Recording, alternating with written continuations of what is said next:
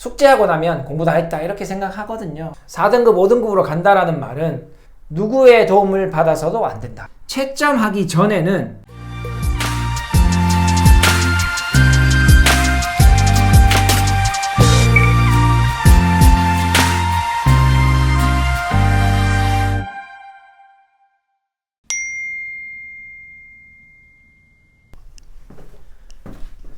안녕하세요. 안녕하세요. 안녕하세요. 안녕하세요. 안혜 선생입니다.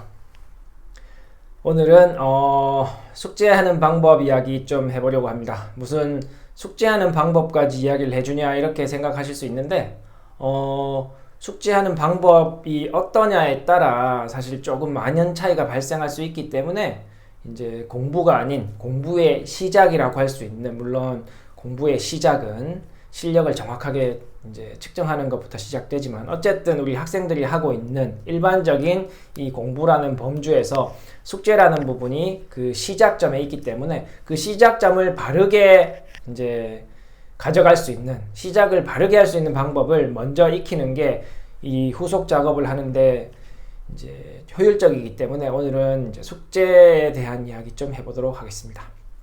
자, 숙제하는 방법. 우리가 숙제는 일반적으로, 그러니까 대부분 초등학생이나 중학생들은 숙제가 곧 공부입니다. 혹은 숙제가 공부의, 내가 하는 수학 공부의 전부죠. 100%. 그죠? 대부분 이렇습니다. 우리 아이는 뭔가 좀 더 해줬으면 좋겠지만 대부분 아이들이, 그죠? 숙제하고 나면 공부 다 했다 이렇게 생각하거든요. 뭐 그게 꼭 잘못됐다라고 하는 게 아니라 어쩔 수가 없는 거예요. 학생들이 놀고 싶잖아요. 그러니까 학생들의 마음을 이해한다면 숙제를 다 하는 걸 공부라고 생각하는 게 어떻게 보면 당연한 거죠. 자, 그래서 숙제가 공부의 전부인 학생이면 더 숙제를 똑바로 하는 게 중요하죠. 제가 예전 어떤 영상에서 말씀드렸는데 고등학교 학생들 기준으로 모의고사를 치니까 한 3등급 안에, 전국 모의고사 3등급 안에 있는 학생들은 적어도 제가 성실하다, 그러니까 3등급, 2등급, 1등급 정도 안에 있는 애들은 최소한 성실하다라는 이야기를 할 수 있는 학생들이에요. 왜냐하면 제가 생각하는 이 적어도 3등급은 숙제는 그래도 열심히 하려고 노력하는 학생이라고 저는 생각하기 때문에, 그러니까 3등급, 2등급, 1등급은 우리가 그래도 성실하다라는 이제 이야기를 할 수 있는 거고, 사실 그 이하의 4등급, 5등급 이렇게 떨어지면 성실하다라는 말을 하기는 조금 힘들어요. 왜냐하면 우리가 성실성을 이제 이야기할 때 주로 숙제 이야기를 하거든요. 숙제는 열심히 해갑니다. 우리 아이는 성실해요. 숙제 선생님이 해오라고 하는 건 다 해가요. 이렇게 말씀하시니까, 그러면 숙제를 성실하게 하기만 해도 제 생각엔 3등급은 나옵니다.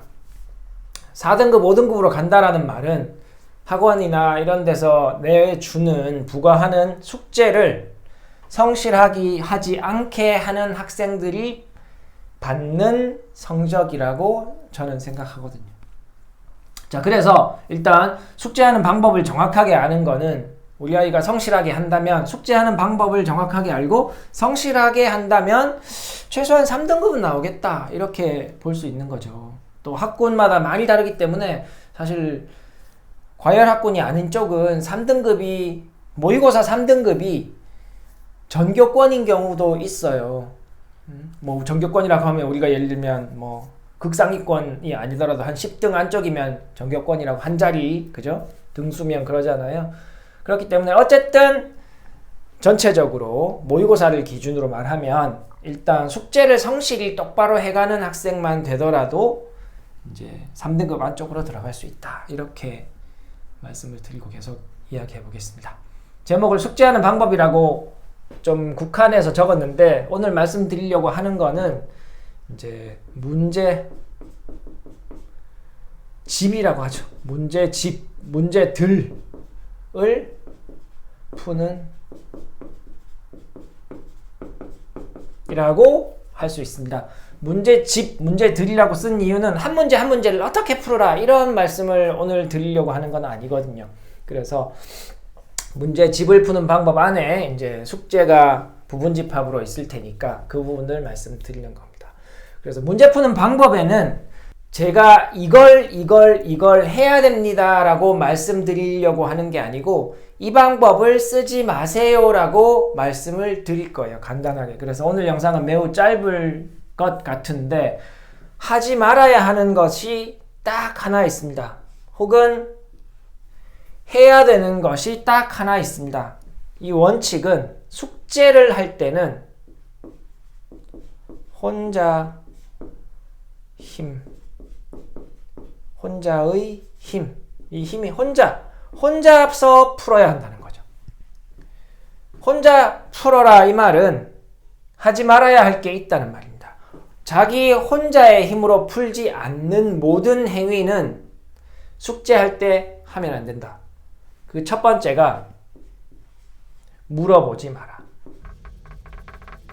초등학생 때부터 저는 이 습관이 길러져야 한다고 생각하는데 대부분 우리 학부모님들께서 학생들한테 이런 이야기 하잖아요. 하다가 안 되면 엄마한테 물어봐.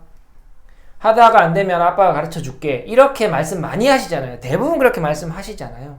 풀다가 안 되면 물어봐. 이렇게 되는데 적어도 자, 숙제할 때는 누구의 도움을 받아서도 안 된다. 자, 이제 제가 숙제하는 방법에서 조금 넓게는 문제집을 푸는 방법이라고 했는데 문제집들. 자, 이걸 조금 더 다른 말로 하면 새 문제. 이 말은 안 푼 문제죠. 풀어봤던 문제가 아니라 그러니까 새 페이지를 풀 때 이걸 조금 더 다른 말로 한 번 더 쓰면 자, 채점하기 전. 자, 채점하기 전에 자, 어떤 문제를 풀든 한 문제를 풀든 100문제를 풀든 그 문제를 채점하기 전에는 절대 물어보지 마라. 여기에는 선생님, 학교 선생님, 제일 많이 친구, 우리 반에서 수학을 잘하는 친구한테도 물어보지 마라. 세 번째는 누굴까요? 부모님.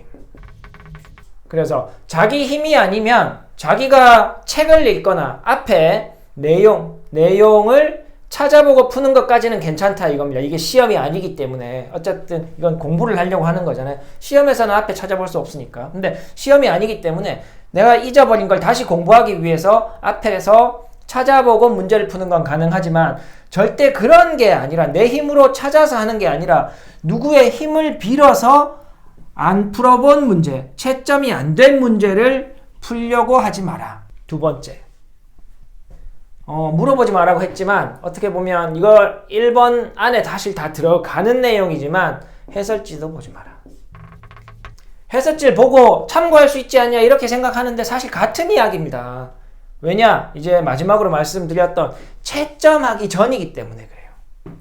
내가 해설지를 참고했다라는 말은 내가 잘 모른다는 말이고 해설지를 참고한다는 말은 결국 누구한테 물어보는 것과 똑같은 결과적으로 똑같은 내용입니다.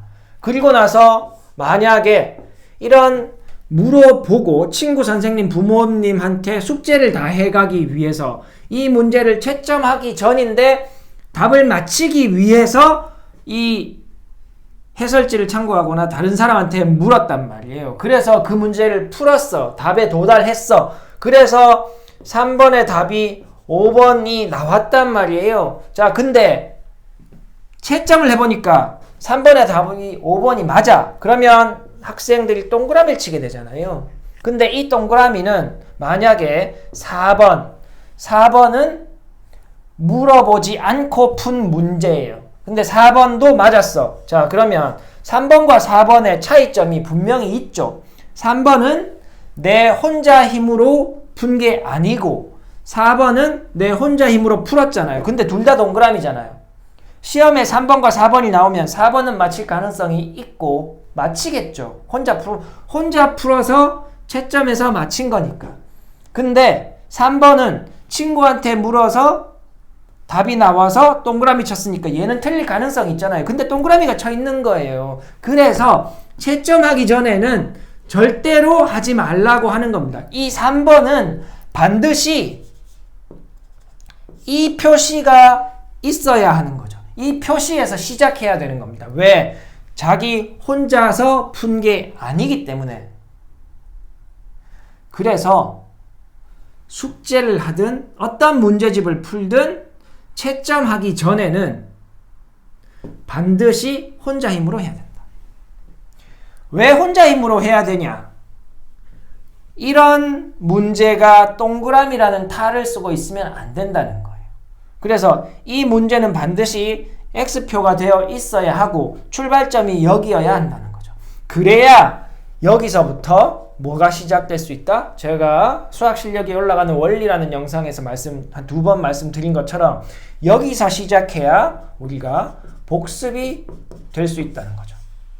잘 모르는 문제. 얘는 뭐예요? 여러 번 말씀드렸지만 얘는 우리가 아는 문제라고 할 수 있는 겁니다. 문제. 아는 문제는 뭐예요? 아는 문제니까 시험에서 맞힐 수 있는 문제. 시험에서 시험장의 환경은 뭐다? 혼자서 풀어야 하는 거죠. 혼자 힘으로 맞힐 수 있는 문제가 아는 문제예요. 얘는 물어봐서 풀었으니까 아는 문제가 아닌 거예요. 얘는 그냥 알 것 같기도 한, 알 것 같은도 아니야. 알 것 같기도 한 어느 정도의 수준까지 이 선생님, 친구, 부모님이나 해설지를 참고했는지 우리가 알 수 없잖아요. 거의 다 참고하고 답만 적어놓고 동그라미 치면 이건 뭡니까? 이건 거의 틀린 문제죠. 그렇기 때문에 그런 위험을 없애려면 이런 문제는 반드시 틀렸다라는 표시가 되어 있어야 돼요. 그래야 우리는 이 문제에 대해서 복습을 시작할 수 있는 겁니다.